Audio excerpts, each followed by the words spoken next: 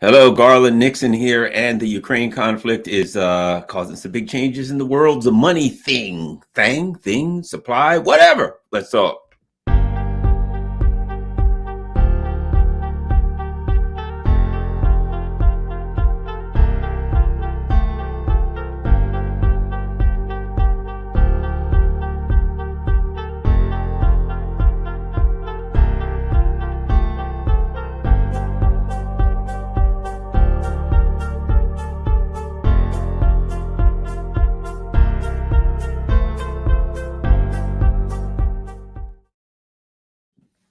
Hello, Garland here, and I'm not going to be able to share as many articles as I usually do because my main laptop has got problems. I got to take my MacBook Pro to the shop, but apparently, hopefully it'll make it. But my little old MacBook Air is still working. My older model's still working. It's so we can still roll, but I can't. I don't have that set up for my dual screen. So let's talk. When I started off, I was like, yeah, the Ukraine conflict's making big changes to the world's money thing, supply, whatever, because it's just not that easy. You know, everything's changing when it comes to money. Everything. I look, Bitcoin was going up, and I rubbed my hands together. I got a couple pennies in Bitcoin. You can get I got a Coinbase account, and you can buy a little bit here and a little bit there, and it's fun to watch it go up and down. Everybody should have a Coinbase account, even if you get $50 or $100 worth of Bitcoin and Ethereum. It's just fun to watch it go up and down. It's like, oh my God, I lost 5% in the last 2 hours. Yay, I made 6% in the 2 hours since then. It's kind of fun. But the bottom line is instability is the word. Instability, financial instability, and that's not always a bad thing, depending upon where you are in the world. So let's start with Ukraine. And like an immediate and obvious effect, financial effect, and that's this. The United States, and I say the U.S. because, the U.S. and its vassals, when I say the U.S., well, how about if I just say the U.S. empire, because then I'm including the European vassals, have adopted themselves a very expensive little Nazi, a very expensive baby boy, and he's covered in swastika tattoos, right? They have bought themselves something, and that is Ukraine. They've taken Ukraine, and keep in mind something, and we're talking about money here. The plan was to get Ukraine, which for the last several years was still able to somewhat sustain itself, somewhat survive, even though the corruption, any money going in there, the major money supplies were all being completely washed away in corruption. But there was some things. There was wheat being sold. There was some odds and ends mining going on. There was things going on there there was some level of industry. There was some things going on there that could somewhat sustain the country, even though think about this. Think about if Canada, which is a country of what, 30 million, 39 million, 40 million people, and it's pretty much attached to the United States, and it lives off the United States. Its economy is inextricably linked to the United States. Imagine if the Russia and China suddenly overthrew the government of Canada, started putting in a government that hated America and outlawed the English language and completely decoupled economically from the U.S. And you would have Ukraine, but you would have dire poverty, but Canada has enough resources and natural resources, it could probably make it, right? That was kind of Ukraine kind of making it. It was nothing but a military tool, a weapon. Okay, the war starts, and so the U.S. empire gets what it wants, but a couple of things. Number one, they thought they could spend all of this money preparing for the war and then go fight it, right? And that was going to be it. They didn't, as always, they didn't plan for a long, protracted, and very, very expensive war. So the U.S. has bought an empire, has adopted itself a country that is at war with a superpower. This is extremely expensive at a time when the U.S. empire can certainly not afford this. U.S. empire, and I'm just going to say the U.S. empire because I'm including the colonies, right? What are we looking at? we're looking at a time going into COVID, and let me add this because this is, I think, is important to think about.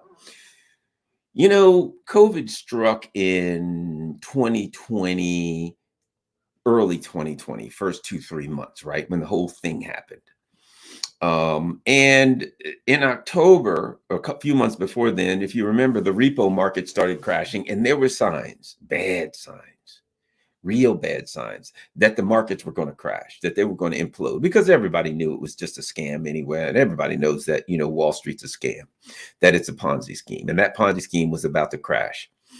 And interestingly enough, one of the things that happened as a result of COVID, I'm not saying it was caused to happen, it was meant to happen. I'm not saying it wasn't, but I'm saying one of the things that that happened was, since we're talking about money, the US, at a time when the economy was, when the market was about to implode, when the corporations were about to fall apart, the banks were about to crash, the US did something called the CARES Act, and they put like $5 to $7 trillion, pumped it, gave it, handed it right into the hands of the banks and the corporations, et cetera. Now, they said it was because of COVID, right? They gave the people a small pittance of it, but they printed an unbelievable amount of money, excuse me, and they said, oh, this is all about COVID. Now, at that time, had they just pushed that amount of money into the economy, into the US economy, into the US's empire's economy, it would have been too much, and you would have had dramatic, you know, there would have been no way for that money to leach out into the world's economy. It would have just gone directly into the US economy, into its vassals, and exploded inflation. So conveniently, the lockdowns provided a mitigation for that. Because they locked people down, all of this money was printed, all of this money was handed out to corporations, but the people couldn't just go out and spend it. So it kind of didn't, the money, all this money was created, but it didn't get injected into the economy suddenly because of the lockdowns. Now, one can say that was intentional. One can say that was incidental, just happenstance. It doesn't matter. That's the reality of what happened. A lot of money was printed, and now, and one could argue, saved an economic crash, a bank crash, a 2008 style crash at that time, and that maybe it was inevitable that it was going to happen, but they postponed it during COVID. COVID just happened to come along, and it just happenstance that they locked everybody down, and it happenstance that, you know, this amount of money was injected into the economy and saved the banks and corporations for 3 years, but that time could be running out. So now they've got this monstrosity that they built, that they created, and it's just sucking money, money constantly going into Ukraine, one way or the other. And at the time that this money's going into Ukraine, we've got instability in the banks. We have the resultant inflation from COVID, whether it's from the extra printing of money. See, the thing is, everybody wants to say it's just from printing the money. Well, it's also from supply chains, from shutting down COVID. I mean, shutting down economies and shutting down manufacturers cause supply chain problems. So you've got inflation from both demand and supply. You've got inflation problems from printing too much money. But now, and if you're a conservative or a libertarian, that's the only side you want to see. Well, it's just from printing too much money, but it's also from the shutdowns and the lockdowns, which shut down corporations, that shut down producers, which means that people that want to buy things can't necessarily get them. So people had money to buy things, but they couldn't get it. And what happened when you have, it was kind of an artificial, what's the term I'm looking for in economics, when you want to buy something and you can't, an artificial, basically a lack of supply, right? You want to, a lot of people want to buy. I know, if, for example, I know a guy who has a boat shop. He works on boats, and he had said these particular motors that he wanted. I'm not naming any names. He said he has people that wants to buy motors. They're a year out. They're a year out. If you want to buy that motor, you have to give him the money now, and it is a year out to get the boat, to get the motor for that boat, right? So you had supply chain problems causing inflation, which means if you got a couple of those motors, you can get a fortune for them. So what's going to happen? The price is going to jack up because they're rare, because they're hard to find. And that was one of the problems. So a lot of conservators or libertarians just said, oh, sure, raising interest rates is going to affect demand and therefore a lower inflation. But what it doesn't affect is supply. Keep in mind, the Federal Reserve only has one tool, and that tool can only affect demand. And part of this inflation was caused by supply. So that's why inflation has slowed some, but it hasn't stopped, and it's not going to stop, because lowering interest rates does not affect supply. It affects demand. And supply chain issues still are there, right? So now what happens?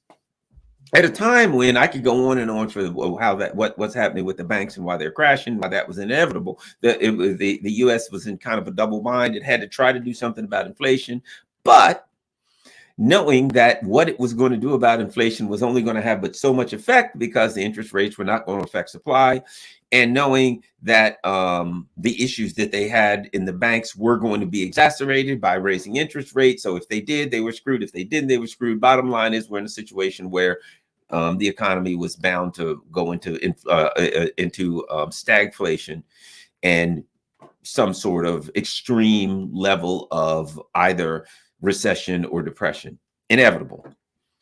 Now, at that same time, they go out and they pick up this big country, it's this gigantic country of 40 million people. Not just adopt this country, because keep in mind, the U.S. and its vassals are paying for everything for Ukraine. They got this country, and they're paying the salaries of the policemen and the firemen. They're paying to keep the lights on. There ain't no industry there. This is a country at war that's being blown to hell. They're paying for the salaries of the soldiers. When the soldiers die, if money has to go to the families, they're paying for that. They're paying for burial. They're paying for ammunition. They're paying for parts. They're paying for replacement ammunition and replacement parts. They're paying for the salaries of the people in the a government of Ukraine. Everything, the roads, they need roads. The U.S. and its vassals are paying for it. Everything, at a time when they're at war, being blown to hell. This is a very expensive proposition. So they went out and they got what they wanted. And you know what the old saying, be careful what you pray for, you might just get it. They prayed for Ukraine to use it as a tool against Russia. Now they got Ukraine, and it's being used as a tool against Russia, and it's sucking them dry economically. And they got all of these other economic problems, and they can't let go of Ukraine. They can't let go of Ukraine. And if you look at what's happening, the inflation, and again, they're in a double-binded home. They can't tell the people the truth in the UK or France or Germany. They can't tell the people that your economic problems are a combination of things. Because what's going on? A lot of people are doctors, ambulance drivers, and everyone are on strike, and they're saying we can't survive. We want more money, right? Well, here's the problem: the government don't have more money. The government could print more money, but that's going to cause inflation, and the prices are going to go up. They're going to give you a raise. They're going to print more money. And when they print more money, the value of that money is going to go down. So now, instead of making $1 a day, you're making $1.50 a day. But inflation makes things cost to go up $1. You get a 50-cent raise. Inflation causes things to go up 60%. You still got less than you had before. Bottom line is this: what the governments can't tell the citizens who are going on strike is this: we have created a dynamic in which there is no resolution to your problems. Your style of living, your standard of living will continue to decrease as a result of the decisions that we've made, and there ain't no way out of this. There's no way to stop that. The people are in the street. We want more money, but if we print more, A, we don't have more money to give you. B, if we print more money and give it to you, that money will be worse. Your situation will get worse. Will be worth less. Your situation will get worse. So the governments are not saying. We have created a dynamic, notwithstanding Ukraine. The neoliberal economics of neoliberal capitalism has deindustrialized and financialized our economy to a point where this was inevitable if Ukraine never happened. Now, if that ain't bad enough, we picked up this country and we are at war with Russia with this country. And we're cutting off the very important, inexpensive supplies that you get from Russia to make your standard of life a little better. So the bottom line is everything the US and the European governments are doing is to is to decrease the standard of living of the people in these countries in pursuit of some twisted neocon ideology that is insanity. So these people have this ideology of ruling the world, and the very mechanics of that ideology decreases the standard of living for the people in the country. So here's my question. How do you rule the world in a country that's in poverty? How can you possibly say we're in charge of the world, we're ruling the world, we're hegemonic over the world? What about your people? Oh, they're in poverty living in shanty towns, where the people in the UK, their pubs are closed, their jobs are gone, they're in the street, everything's filthy, there's crime and drugs, and you say, yes, sir, we're the leaders of the world. How are you the leaders of the world without, there is that dynamic that doesn't make sense for the US and its vassals to say, we're going to be hegemonic, we're going to rule the world, we're going to lead the world. However, the system that we're pushing to lead the world is resulting in impoverishment for our own citizens. See what I'm saying? So how does the world look at you and say that's leadership? Respect is earned. So do you think that governments that are creating poverty and desperation in their own countries are going to create a dynamic where other countries around the world say, A, we want to follow you, B, we want to be like you? No, they're going to look at success. They're going to say, well, let me see, what's the model for me? They're going to look at Russia and they're going to say, well, they tried to sanction you guys out of existence and you seem to be doing pretty well. They're going to look at China and say, you're building trains and you're doing all kinds of stuff that looks economically well. You've got a high approval rate from your citizens. They're going to want to be more like them, not us, because the results of our economic system speaks for themselves. One of the things that Ukraine has done, that this conflict is, it has exposed the economic system of neoliberalism for what it is. So now, this economic system that is in natural collapse has got a new, very, very expensive toy. At the same time, this same system is saying, oh, wait a minute, there's China over there. And China is also a threat. Why is China a threat? Because we have an economic system, we have an ideology, and we believe the entire world should accept our ideology as the dominant ideology and imitate it. We're going to forcefully impress our ideology, our way of living onto the world, as the world watches the standards, the economic standards of our citizens decrease. At the time, our people are getting poorer, and we're going to say to the world, you got to be like us, as the world watches our people get poorer. Not making a lot of sense, is it? So now, I think we're kind of getting to a point where this thing's going to come to a head. One of the things that's happening is, you see Paris being one of the first, France being one of the first to fall apart. And look, I don't care what you say about holding your country together or Macron being in charge.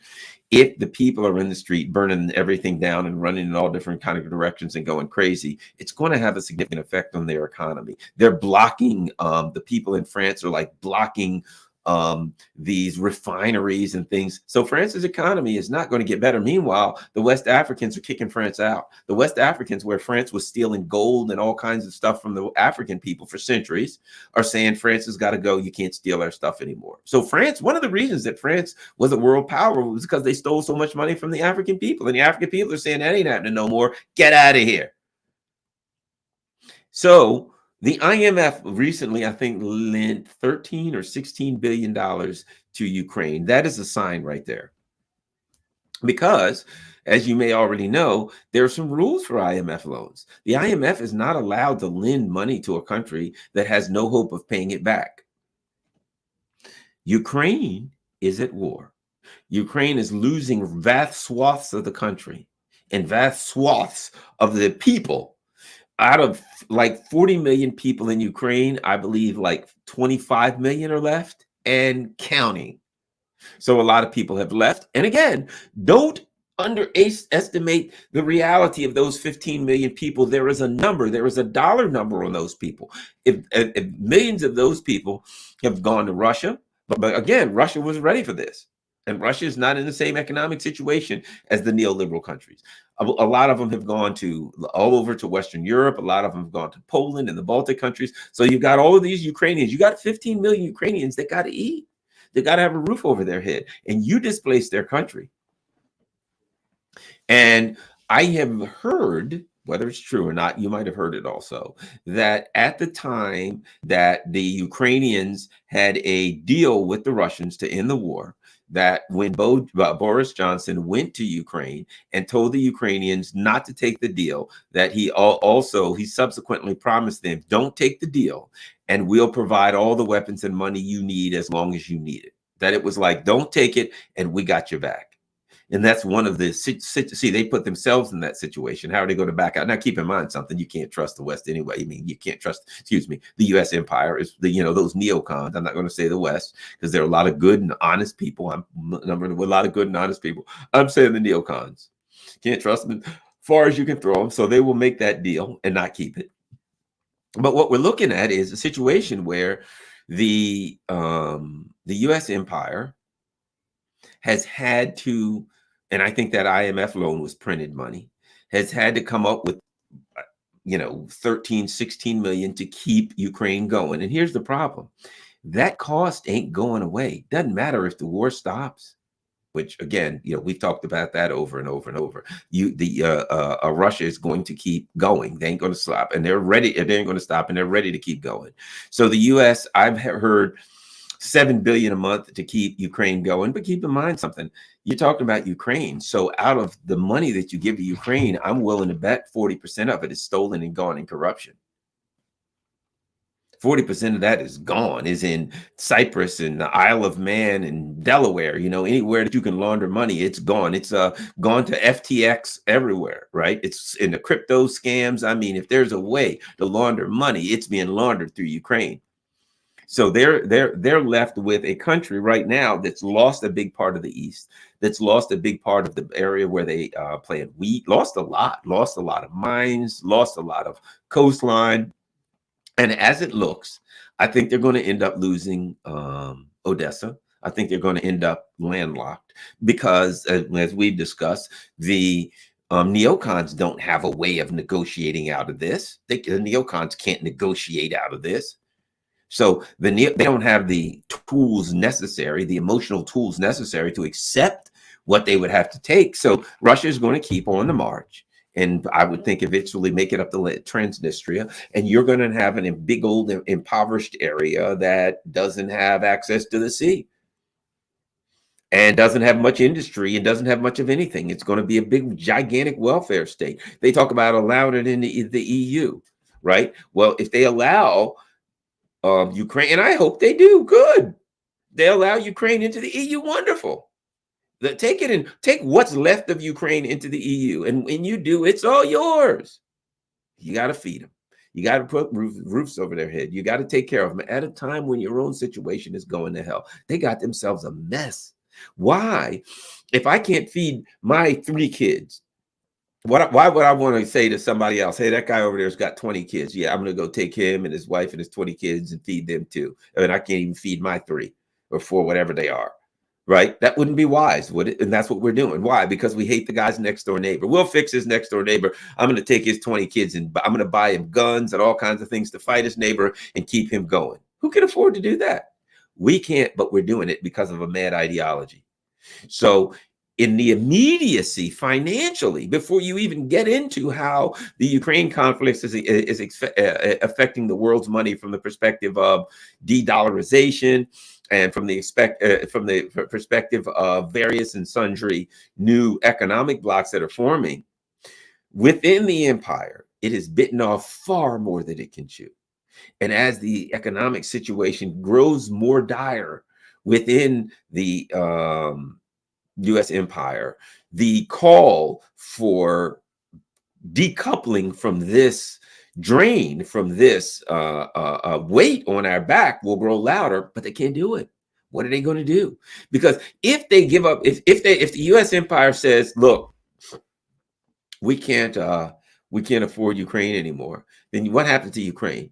It becomes a suburb of Russia, doesn't it? The only country that can save them, that can bail them out, is right next door.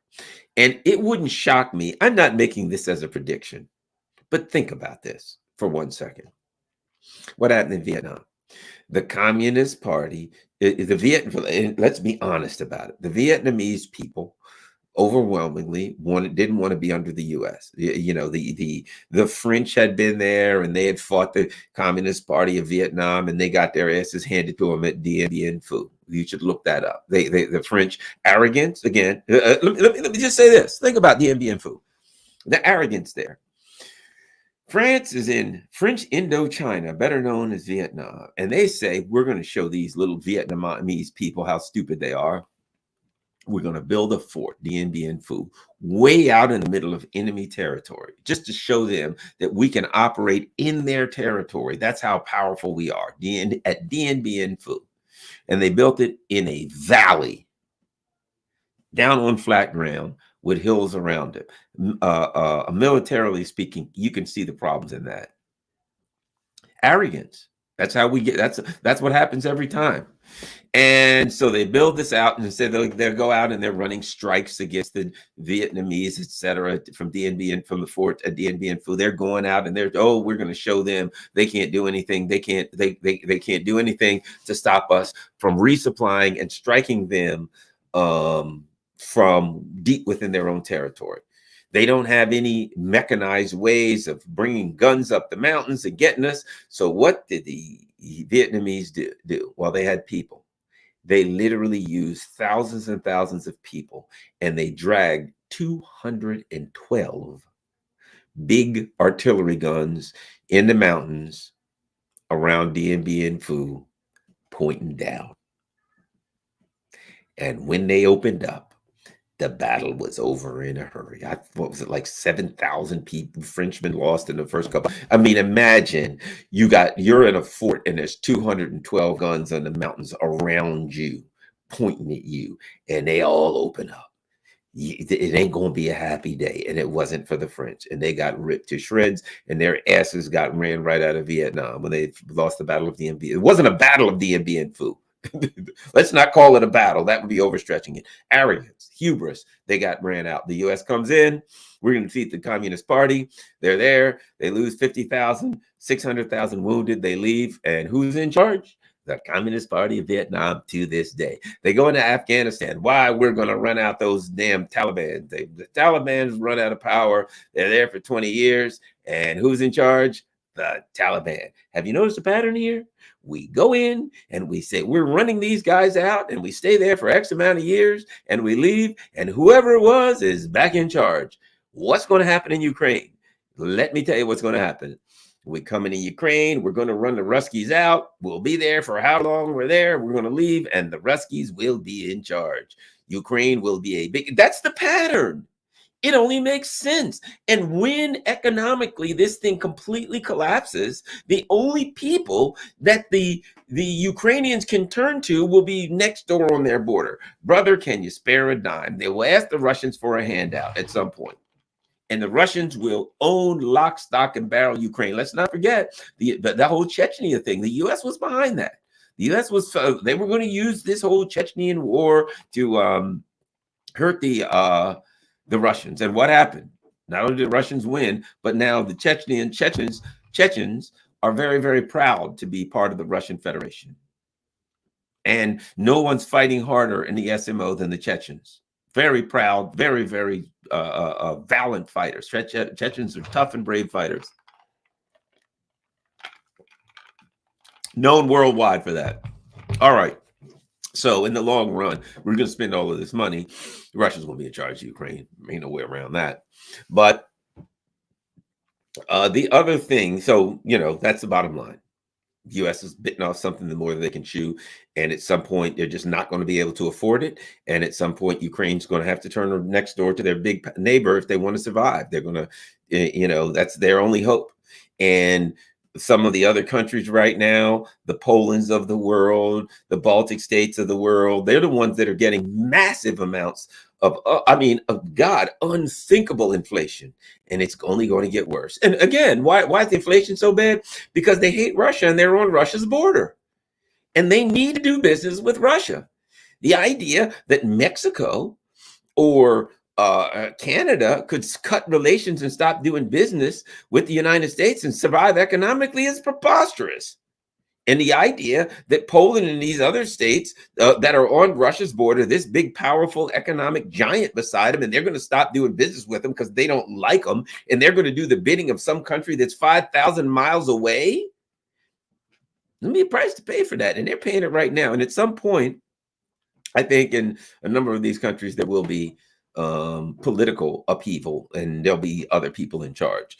But so the economies of Europe, the economy of the US empire is suffering greatly, going to continue to suffer greatly to a point where at some point Ukraine's going to just fall out of its orbit, fall out of its reach. It's not going to be, it's like you're holding on to something that's slipping out of your hands. Eventually it'll slip away and it'll end up being, I think, property of the Russian Federation. That's my prediction over the course of time. It won't shock me if that happens. May not happen today or tomorrow, but eventually it will. Now let's talk about what else is going on. The Middle East is huge because, as we know, China has gone into the Middle East. Now, initially, what did China go into the Middle East, right?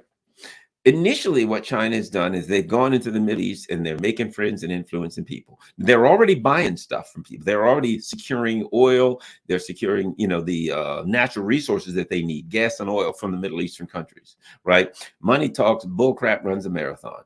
Now China comes in. People think, well, China just walked into Saudi Arabia and Oman and Qatar and these kinds of countries and said, hey, guys, they use their diplomatic prowess to make these peace deals. Well, that's part of it. But money talks and bullcrap runs a marathon. When China calls Saudi Arabia, China is now buying more oil from Saudi Arabia than anyone else.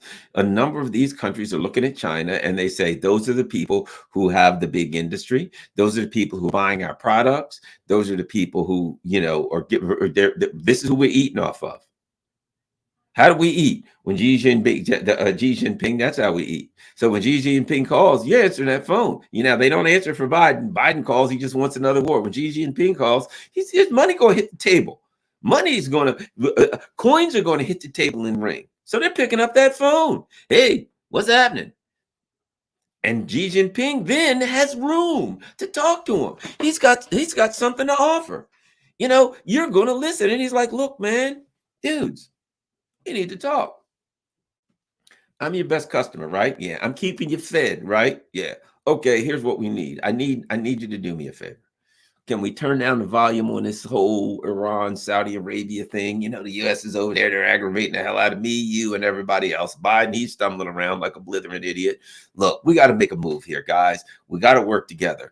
They've sanctioned Russia. They're looking to sanction me. And you know good and damn well that you ain't going to eat if I stop buying your oil. So if I'm going to get sanctioned at some point, you're going to get sanctioned. He's going to get sanctioned. We're all going to get sanctioned. Okay. Iran's going to get sanctioned. Saudi Arabia. What do you think's happening to you? Yeah, we're going to get sanctioned. Exactly. So here's what we got to do.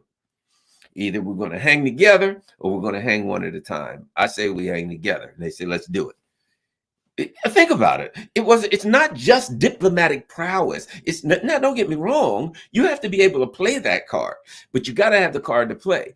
And because they're spending all that loot, you got a store and your best customer comes in. You get ready to close. I'm sorry. One guy walks up. Oh, gee, sir, I'd like to do some business with you. Sorry, sir. We close at 5. You go to shut the door and there goes Mr. Smithers. Mr. Smithers. Right this way, sir. And you open. This guy's your top customer. You've got a jewelry store. He's buying Rolexes. He's buying Breitlings. He's buying, you name it, Philip Patek. He's buying everything. This guy's going to come in. He's going to say, give me one of these. Guess what? You close at 5, except for Mr. Smithers. You never close for Mr. Smithers. When he walks in, and Mr. Smithers calls and says, "What time you close today? What time can you be here, Mr. Smithers?" "I can't be there until 7:30. "We don't close till you leave, brother." And the owner's going to call and say, "Mr. Smithers will be in at 7:30. When he gets there, I expect you to have some wine and cheese for him. I expect you to have somebody to fan him. I expect you to kiss his ass and give him 2 hours to draw a crowd." Why? Because Mr. Smithers we're all eating because of Mr. Smithers. That's what you're going to say if you own that jewelry store, aren't you? Because Mr. Smithers, he's the reason you're eating. When he calls, there ain't no rules.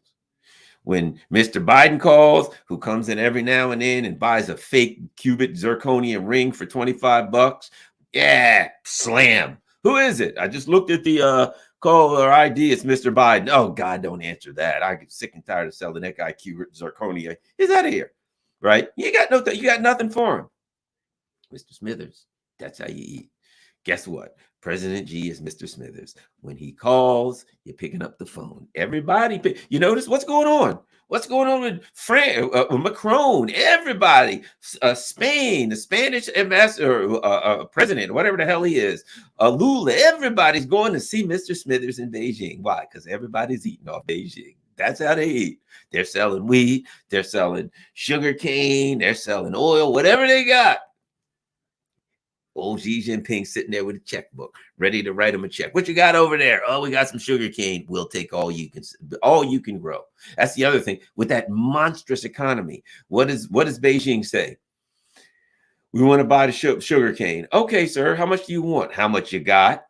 "Oh, 24 hectares. We'll take 25 hectares of we got 25 hectares of land, whatever, right? And all of them have sugar cane. Now double it and we'll buy that too." They don't care. They can process it all and sell it. It's going. So what happened in the Middle East was China walked in and they're the big man on campus. They're the big mofo on campus, BMF, right? And came in and said, "Man, we need some help here. Can you chill out on these wars?" And they're like, "Hey, man, we've been fighting for a long time." And he's like, "But I'm the guy that's buying all the oil. Have you noticed that?" And they're like, looked at each other and they're like, "Well, we kind of like we're bombing each other and stuff like that, but that dude's buying all our oil, man. He's Iran, Saudi Arabia, they're looking at each other like, dude's buying gas and oil. I'm out. What about you?" "I'm done." "Call Yemen, get him on the phone." "Hey, Beijing says it's over." It's over. When Xi Jinping calls, people listen. And that's all it was. He played his financial hand. And now, guess what? So what's going to happen? What do you want to bet? There's gas and oil and all kinds of things in Yemen. The people in Yemen right now, they're getting bombed, they're impoverished, they're sniveling, eating a piece of dried bread if they're lucky and some hot coffee every once in a while. They're all skinny. It's terrible. Horrible things going on in Yemen. Dude, I will guarantee they're going to find oil, gas, and everything else in Yemen within the next 6 to 8 months. The Yemen people are going to be riding around in Benzes. They're going to be thinking like it's going to look like Dubai in Yemen, in Sana'a or whatever their country is. Guarantee that's coming because the Chinese are there and they need it. And they're going to start looking around. And there ain't a whole lot of places in the Middle East you can look around and you ain't going to find gas and oil. Not many places. You can just stop randomly and just stick a stick in the ground and black oil is going to pop up. So I'm thinking things are going to work out pretty well for the people in Yemen. And China's stepped in there, used their financial ability to say, let's make this happen. Now, what does that mean? That means that those 30 bases that the U.S. has been spending money on in the Middle East are now of no value. They're now worthless. Because what is the point of having all of these bases if the people ain't going to listen to you? And you know what these bases are now? Targets. It's all they are is targets. The U.S. is like, yeah, we're in Syria and we're stealing the oil. Well, at some point, guess what happens? It appears to me that the Syrians are, well, you've probably already seen this. The Syrians are going to be like welcomed by the Arab League. So who are you going to sell oil to? You're stealing Syria. The U.S. is occupying Syria's oil fields, stealing their oil and selling it in the Middle East. It's going to get to the point where the other Middle Eastern countries ain't going to go along. Assad and company is being accepted back into the fold, into the family. And you know what they're going to say? And at this, and they're looking at Israel. And like the Israelis are just completely out of their freaking mind. They're breaking into mosques, beating the hell out of the worshipers. I mean, who does that other than let's face it, let's look at it this way. If you're a Nazi in Ukraine, you burn down a church and beat the hell out of the preachers, I guess, and make it illegal to pray in Russian because God doesn't only like certain languages. I think Ukrainian is God's favorite language, apparently. And if you're not speaking Ukrainian, then God wants you to get your church burned down and get beaten up or something like that. I can't quite figure that out, but then I'm not as close to God as Zelensky, so how would I know? But if you're in Israel, well, then you're doing God's work, because you got to, when some people are knelt worshiping, you go in there and you just beat the hell out of them and arrest them because, hey, God wants you to do that, I guess. I don't understand that either. But if you're in Ukraine or you're in Israel, the government's job is to burn down churches, break into mosques, and beat the hell out of worshipers, because what a wonderful thing to do. And the U.S. is standing up while the U.S. says we're standing up for human rights around the world. Look at this. We got rainbow flags at every embassy around the world. I guess if the worshipers were trans or non-gendered identified or something like that, they'd be in Israel and Ukraine would be in a world of trouble then. But because they're just plain old Muslim people or Orthodox Christians, I guess they really don't count. Figure that out. So the people are looking at the U.S. saying it's an absolute disaster. What the hell are you people doing? You're out of your freaking mind. But on we go. So what's going to happen now? Number one, China is going to have secured their energy for a lifetime, their network of energy. They've made friends with Russia. Isn't it funny that making friends with people and acting in a friendly and diplomatic fashion and solving your problems without violence can benefit you economically also? So China now, you got Qatar, you've got Iran. Iran's got immense amounts of oil, immense amounts of oil, massive amounts of gas, which are being developed by Russian gas companies, right? So Iran's going to be freaking loaded. Iran's going to have loot coming in, and I think they just discovered a lot of lithium. So bottom line is, Iran's going to have all these natural resources. They're going to be like a mini Russia. They're going to have, and plenty of money. And here's the bottom line. These countries are about to come up with this new denomination, this new currency, and the currency is going to be based on a basket, as they like to put it, a basket of commodities, which I'm sure one of them will be, maybe, if Russia has anything to do with it, in Saudi Arabia, possibly oil, gas, lithium, which now goes to South America also, Bolivia, some of these other countries, Mexico has lithium, etc., right? So now you're going to have a bunch of countries who are now saying, most of us have been sanctioned, and the ones who haven't been sanctioned, hell, we know it's coming. So you're going to have all of these countries that say, look, we're just going to sell. We need things amongst us. We can sell the things amongst us using the currency that we have. And we can use the currency in any of those countries. If Russia buys things in rupees, right, then it needs to do something with those rupees. And it can use those rupees to buy things back from India, Indian rupees, right? If it buys things in whatever, what are the riyal? What's Saudi? Is it the riyal? I forgot what it's called, right? But at any rate, then really to spend them, it has to put them back in Saudi Arabia. You know what I mean? So if two countries do business in their respective currencies, then they can really only mostly buy back and forth, or they have to convert that money. And when you convert money, you have to pay a percentage to get it converted. So you're going to lose something in the conversion. So you got to take that into account when you're buying and selling. Right now, once you create a currency that works for all of the countries, you got it made.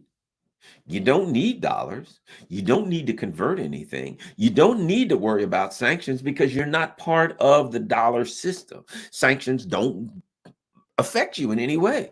You can buy all the things you need. You can sell all day and you don't need dollars. The U.S. can say, sanction people, and what are they going to do? Well, don't buy them anything. Well, how do you know whether we're buying or selling? Don't buy anything or sell anything to them. don't buy anything from them or sell anything to them. And the question is, how do you know I'm doing it? You don't, because you have no way, because I'm using this currency. So what they're creating financially is an alternative economic system, and an alternative economic system that is not created. Think about this. It's not just created organically. It's not like, okay, an alternative economic system began to spring up and countries, decided, we need some ways to work together and this will work and blah, blah, blah. And the dollar can be integrated into that in some kind of a way, and we'll trade in dollars. No, no, no, no, no, no. An alternative economic system that sprang up, that was intentionally created because of the coercive use of the dollar. One that was deliberate, that not a system, an economic system that organically sprung up wherein the dollar can be integrated in it, or it can be integrated in a system with the dollar. This economic system is created deliberately to get away from the dollar. So if at some point the US says, hey man, we want in, the answer is no. Hey man, can we get the dollar in the system? No. Hey man, can we buy and sell in these currencies? No. Not with dollars, you can't. You got to take that dollar. Think about this. The US now, what happens? And this day is going to come. This day is going to come.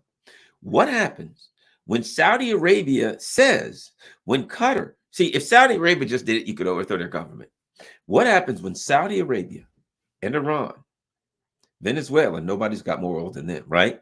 What happens when Saudi Arabia, Iran, Venezuela,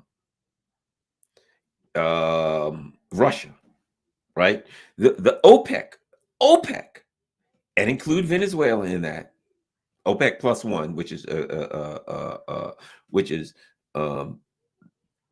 OPEC plus one is Russia, and then add Venezuela, because they're going to get Venezuela up and going too, and they got a lot of oil. But what happens when these countries say, we've decided something? My friends, everyone around the world needs to know this. Effective Monday, July, whatever, we are only selling oil in our new currency, which is as I've said before, the blurb, which would be a great name for it. The blurb. Effective Monday, dollars don't hunt around here no more. Nothing but blurbs.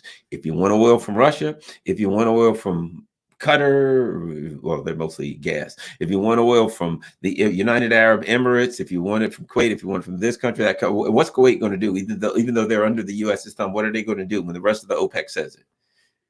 When Iran says it, when Russia says it, what happens when they say, if you want it from us? See, first of all, if Russia and Saudi Arabia say it, and Iran says it, and Venezuela says it, right? What is the UAE and what these other countries going to do? Oman, nah, we ain't going along. They're pipsqueaks beside these countries. They have no choice. And all of these countries say, we're only selling oil in the blurb from now on. It is game, set, and match for the dollar. You know why? Because if the United States wants to buy oil from them, it has to convert its dollars to blurbs and buy them. And I'm just saying blurbs will be, that's the name of it. It has to convert its dollars to blurbs and buy them in blurbs. And China's in with the blurbs. China's part of this. And guess what? BRICS. India's in it. All of the these major companies, Russia, India, China. See, what the U.S. has done to themselves in the long term economically, what they've done is said this: we got to go after Russia and China. Why? Because we want to be the world's hegemon, and we can't allow any country to get powerful enough to challenge us, even on a regional basis. Which says to Saudi Arabia, you have aspirations of being at least a regional power. Which says to India, you have aspirations of being a world power. Which says to them, we got to act on the other side, because we know the time is coming when we're on the dinner plate. So we got to prep right now, and we have to get involved. There's a new world system, economic system. And in that economic system, we can go as far as our potential will allow us. We're India, per se. India now knows if our economy starts growing and it's going to surpass the United States is going to surround us with, and whatever Kashmir, they're going to suddenly say Kashmir needs independence. Whatever. They'll find an island off, Ukraine, Taiwan, they'll find a friggin' island off of the shores of India some damn where and say these people need to be independent and start pumping weapons into them. And then use an excuse and say we've got to start sanctioning India. We know the routine. The same thing they did to Russia, the same thing they did to China. It's coming to India. It's coming to Indonesia. It's coming to any country that wants to have any regional or worldwide influence economically. The U.S. is going to smack them down. So we've created a economic dynamic where all of these countries know they have no choice. They have no choice but to come together, and that's what they're doing. And many of us had thought, many people had said, this isn't just going to happen overnight. It's going to take decades. It might take 10, 20 years. No, it ain't taking 10 or 20 years. This is going to happen much faster than any of us could have ever imagined. 2 years. I'll put it like this. So I'm on my Coinbase thing, buying a few more pennies in Bitcoin, right? Oh man, Bitcoin. I'm going to buy more Bitcoin. Let me get some more Bitcoin. I buy a little bit here, a little bit there. Yeah, I mean, I'm not, exactly Joe the Bitcoin billionaire by any stretch of the imagination. I buy a few bucks here and there for fun. And who knows, maybe it'll get bigger, maybe it won't, I'll make 50 bucks or hey, they made 50 bucks in Bitcoin, but good and damn well, who amongst us, if blurbs went online tomorrow, if they say, okay, Brazil, Russia, and China has their new economic denomination and it's blurbs and the market is opening up, you're telling me you wouldn't go buy, and you can buy them in a minimum of $100 worth of blurbs. I'm buying $100 worth of blurbs. I'm going to have to end this early. Oh, sorry, guys. Got to go. Click. Have a nice day. No time to look at the super chats. Click, click, click. I'm going to blurbbase.com. Give me hey, everybody, you get $100 in blurbs. I'm getting my $100 in blurbs because that tomorrow morning it's going to be worth 1,000. Right or wrong? That when blurbs come on the market, everybody's getting blurbs because it's Bitcoin. It's like when Bitcoin first started. You know what I mean? Buy it for 8 cents. Now it's worth 29,000 or something. That's blurbs. You got to get them. So I'm just saying, and what am I going to use to buy blurbs? There's only one thing I got to buy blurbs with. Well, I could use my Bitcoin or Ethereum, but I'm just saying, what am I going to buy blurbs with? I'm going to buy them with dollars. I'm going to convert my dollars into blurbs. As soon as BRICS comes up with the blurb, I'm just saying, I'm sure they're not going to name that. Maybe they'll name it like the brick coin or something. There we go. Name it the brick coin. As soon as they come up with brick coins, but I like blurbs better. Everybody can get them, is going to get them, and the value is going to go right back. The value is going to go through the roof. And guess what? They're going to be sitting there printing them. They're going to be sitting there holding them. And you know what I suspect they're going to do? I suspect they're not going to be as as loosey-goosey with creating them as the U.S., as the Federal Reserve is. They're not going to be like, okay, let's print another 1 trillion blurbs. Hey, I need some gas. What do you do? I need some oil. What do you do? I'm going to print 1 trillion blurbs out. I'm printing 1.5 trillion. No, I don't think they're going to be printing blurbs like that. These things are going to be backed by commodities, which means there's going to be a limited amount, which means you better buy them when they come out. If there's a limited amount, the value is going to go through the damn roof. And everybody in the world, including Goldman Sachs and JP Morgan, are going to be trying to buy every damn blurb they can. And they're going to be trying to convert their dollars into blurbs along with everybody, all of us also, right? Because the dollar ain't going to be worth a damn. So that's what Ukraine is doing. It is the Ukraine conflict is doing, because is doing to the world economy. It is materially changing the way people view international economic finances. It is materially changing the way people view international economic stability. Why? Because one of the things capital wants to flow to is stability, right? If you got $1,000 right now, You want to hold on to that $1,000. You're afraid that you don't want to just hold it in your wallet. You could lose your wallet. Somebody could steal your wallet. You don't want to just put it somewhere somebody could steal it. You want to put it somewhere. Maybe you could get it, put it somewhere it gets decent interest. You want to try to go to that capital to a stable as possible place that pays you as much as you can, right? U.S. empire, you couldn't get more unstable than that. So people are looking at China right now. That when BRICS comes together, and just think of when Saudi Arabia and Iran both become part of BRICS, how stable is that? You got China, Saudi Arabia, and Russia. You've got the world's energy producers, the world commodity producer, the world's industrial producer. All these things together in one group. You talk about economic stability, capital will flow to that group. Mine and yours included. If we got any way we can do it, we're probably too small, but we might be able to buy $100 worth of blurbs. Who knows? So we're creating a through the Ukrainian conflict, it's creating a dynamic where the instability of the U.S. empire is A, increasing, and B, becoming more obvious. And the stability of China and Russia, etc., is being put out there, is being exposed to the world. Everybody's looking at Russia and saying, man, these people sanction the hell out of you and they can't hurt you. These people are stable as hell. They're looking at China saying, man, you guys are growing at unbelievable amounts and you're going around the world stabilizing the world. Economically, you're stable. Diplomatically, you're stable. And you're so stable, you're stabilizing other areas. You're stabilizing the Middle East. People are going to say that stability, capital, remember this, capital flows towards stability. When you got a lot of money, you want it somewhere safe.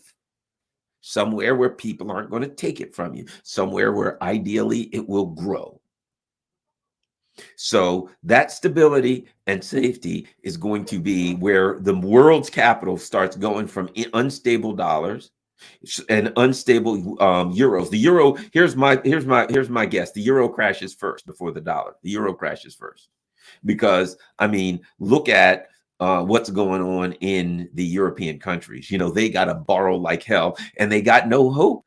You know, the European countries have to borrow a lot of money to make it. Germany spent all of this money trying to keep the cost of energy down so its people wouldn't do what France is doing. Same with the UK. They did that through this winter. Can they do it 2 winters in a row? Can they spend that amount of money on subsidies to continue? Can any country, Germany, the UK, France, any country continue to spend the amount of money that they're spending on subsidies to keep let me put it a different way, to hide the true cost of energy for their country? At some point, they're out of luck. At some point, they're like, we just can't do it anymore. Okay, people, you got to pay the true cost of energy. What's the true cost? You don't want to know because you can't afford it. They can't afford it now, and it's being subsidized. How can they afford it when the true cost comes out? What the hell's going to happen next summer, next winter? At some point, they come running back to Russia. And if I'm Russia, you keep running. But actually, no, let me say this again, there's a potential that this could be another Vietnam, Afghanistan, wherein the United States screws Europe so bad that their only thing they can do, that they're in such dire straits that they got to go to Russia with their hand out, with their hat in hand, as they say. They have to go to Russia hat in hand and say, guys, we messed up. And our people are about to cut our heads off. Can you help us out? And I'm sure the Russians will say, we can sell you oil and gas, but it ain't going to be cheap. And you got to pay us back for that damn pipeline, et cetera, et cetera. They ain't going to drive an easy bargain. But it wouldn't shock me if at some point they don't come back to the Russians, because the situation will become dire. And add the fact, they compound the three things. Number one, they have completely destroyed their relationship with Russia by saying, we hate you Russians at a racial level. Number two, they've severed all economic ties with Russia deliberately in an attempt to destroy Russia, right? And number three, they've created a dynamic where they can't afford to live right now, and the euro is going to crash. And then what do? Complete economic disaster awaits Europe. It's going to get here, but it's going to get to Europe first. The U.S. can handle it a little better. It ain't going to be pretty. Can handle it a little better because the U.S. at least grows their own food and creates their own energy, so the U.S. can survive. It won't be pretty. Europe can't even survive. They don't grow their own food and produce their own energy.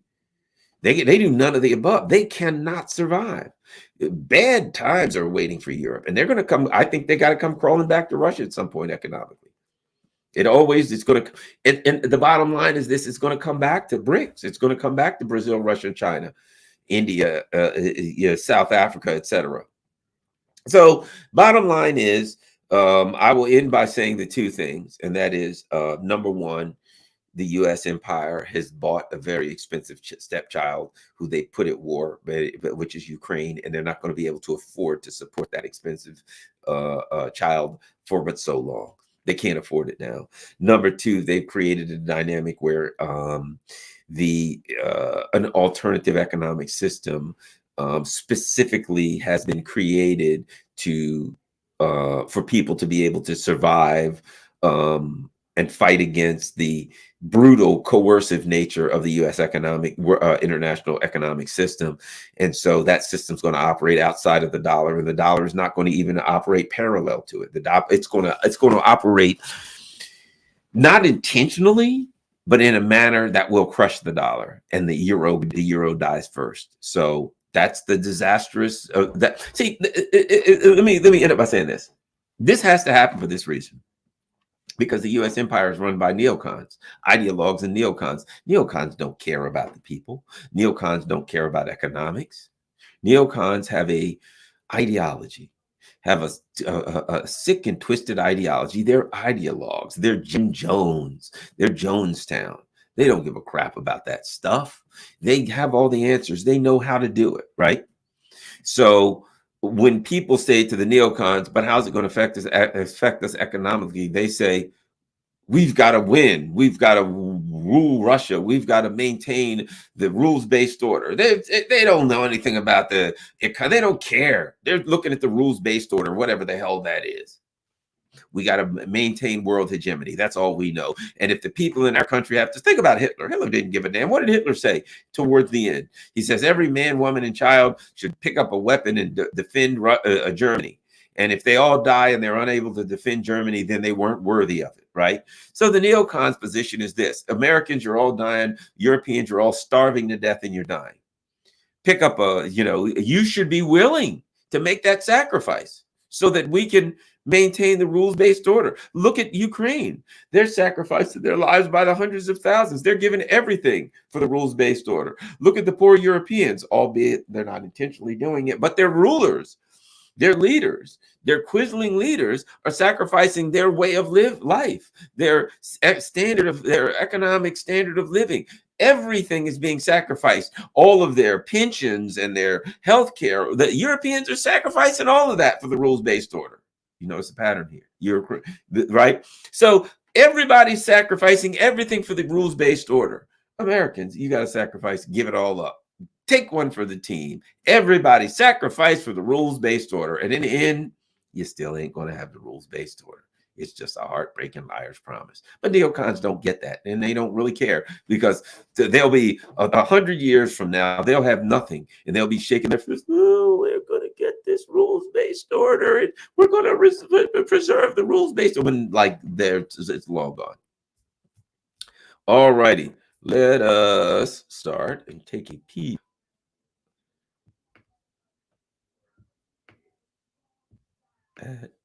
All right, let's see if we got anyone who, okay, let's go.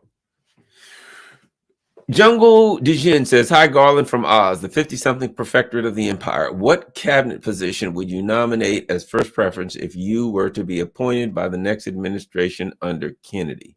What cabinet position? Secretary of State. That'd be my start. I'd have to start with Secretary of State and Secretary of State would be number one. Secretary of Defense would be number one. I'd go with Health and Human Services. I'd have to look at how we're going to provide health care for people, things of that nature. One of the things I'd have to look at would be how to ease up on our aggressive foreign policy and how to look out for the American people. Bottom line, look out for the American people. Stop all the crap overseas and start being concerned with our people and resolving our issues and our problems. Will RFK Jr. run third party after Dems rig the primary? That's a good question. I don't know. Maybe so. We got a long ways to go before that. It's going to be fun. This is going to be fun. Listening to him say, you know what's going to be fun? Watching the machine attack him. Watching the machine is angry and desperate now and wounded. So the machine is going to do everything they can to go after RFK. They're going to do everything they can to go after Trump. They're going to go. The machine now is going to anyone who is considered an enemy of the Biden team, the military industrial complex, the national security state, the media industrial complex, the think tank industrial complex are all you're going to see. It's going to be easy to identify if Tulsi Gabbard runs, if Trump's already running, RFK, if Junior runs, you will know that somebody is a deep state shill. You'll know that somebody, if the machine doesn't attack them. You know what? A thing I noticed, the machine ain't attacking Marianne Williamson. You notice that? They're often quiet about Marianne Williamson, but Marianne Williamson is like, yes, we've got to have love. Oh, and by the way, we got to support the Nazis in Ukraine. So like Marianne Williamson is a big, she's wonderful. She's going to be different than Biden. She's going to support the Nazis in Ukraine, unlike Biden. Get out of here, Marianne Williamson. What a joke. You notice the machine's not going after her, though. Gee, I wonder why. Sparky says, Western leaders are smugnerant sociopaths. You, my friend, are running money, Sparkster. Great work, Garland. Thank you, Sparky. Let us keep going. Any other super chats? Oh, excuse me. I'm tired. I just got back from holiday. Cobb fan. No one explains the way of the world better by analogy than Garland. Thank you very much, my friends. How about we go to Amia Salahudin? Excuse me for screwing up your name. We're living in a new global paradigm where cooperation and respect for the sovereignty of each individual within each nation. Thank you for your courage. Absolutely. That's it. And China and Russia and Saudi Arabia, even Saudi Arabia, you know, which is the U.S. is going to start from noticing some human rights violation in Saudi Arabia. You know, that's coming. Sparky, Putin sets a great example for BRICS leaders. Roman, if the dollar isn't worth anything, how will the U.S. fund a military that terrorizes the rest of the world? Are American oligarchs and free? That's the thing. The U.S. won't be able to do it. It won't be able to do it. Have to live by its own means. 737 Tech says, how easy is it for U.S. to bribe their way into Africa? It ain't easy now. The Africans have had enough. And the U.S., here's the bottom line. The U.S. doesn't have the money of China. See, we're screwed because we've threatened everybody. And so they hate our guts. We've overthrown their countries. We've genocided them. And now we don't even have as much money as China. So guess what happens? We lose. Tish M says, financially speaking, we plebes are on our own. Hope you'll find your way to financial sovereignty. No, Garland. Get off of that exchange. Not your keys, not your cheese. All right. Putin is an anti-globalist hero, says Sparky. He is definitely anti-globalist. Well, the globalists hate him. You know, one of the things I say, you know, if I see people that I kind of want to trust a little bit, who do the globalists hate? Because I know I don't trust them. Okay, Lema Lizovska. That sounds Russian, maybe. I don't know. How people of the USA, UK, EU react when the truth about Ukraine comes out and lies about Russia get officially debunked. Will they believe the next lie? Well, let me say this. There's always a certain level of schmucks that'll believe any lie they're told. But I do think that the issue in the U.S. is going to be internal economic collapse, Lima. They're going to have, at some point, the internal economic collapse is going to be so significant that it's going to be very difficult for the people who run this government to distract people away from that. The people are going to start demanding that our government pay more attention to our problems. They're going to demand that. So I think that's one of the dynamics that's going to make the difference. Vincent, thanks a lot for the super sticker. Sparky, the destruction of the euro gave the dollar a stay of execution. Exactly. Even so, the dollar will fall quicker than experts think. I agree with you. I agree with you. They're going to see the whole Europe is like a force field, brother. The U.S. is using Europe like a force field, but at some point, the force field blows. There's nothing left, and at that point, it's all coming home. Let's check out Rockfin. Anybody over there doing anything? Ian Moon has a tip. Thanks a lot, Ian. JVB, you are so good at this, Garland. I don't know. I think I'm making an idiot out of myself half the time, so I don't know. Well, at any rate, everyone, thank you very much. Any comments? Okay, I think we got a couple more super chats. Lame Lizovska says, Roosevelt saw past the ideologies and prejudice doing what's best for America. Why are his ideas and principles erased from America's consciousness? Well, here's what's going on, Lema.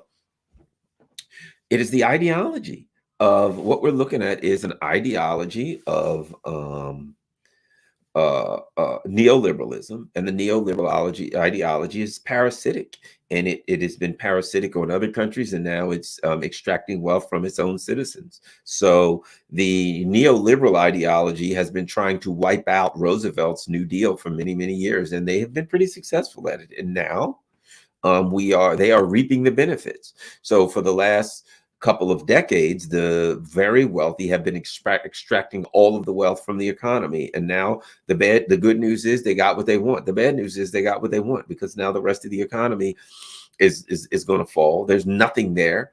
There's nothing underneath it. They've got this financialized economy where they can use magic tricks with money to pretend to write down on their books how rich they are. And they don't really have things, they have like valuations of money. Hey, what is the market valuation of your company?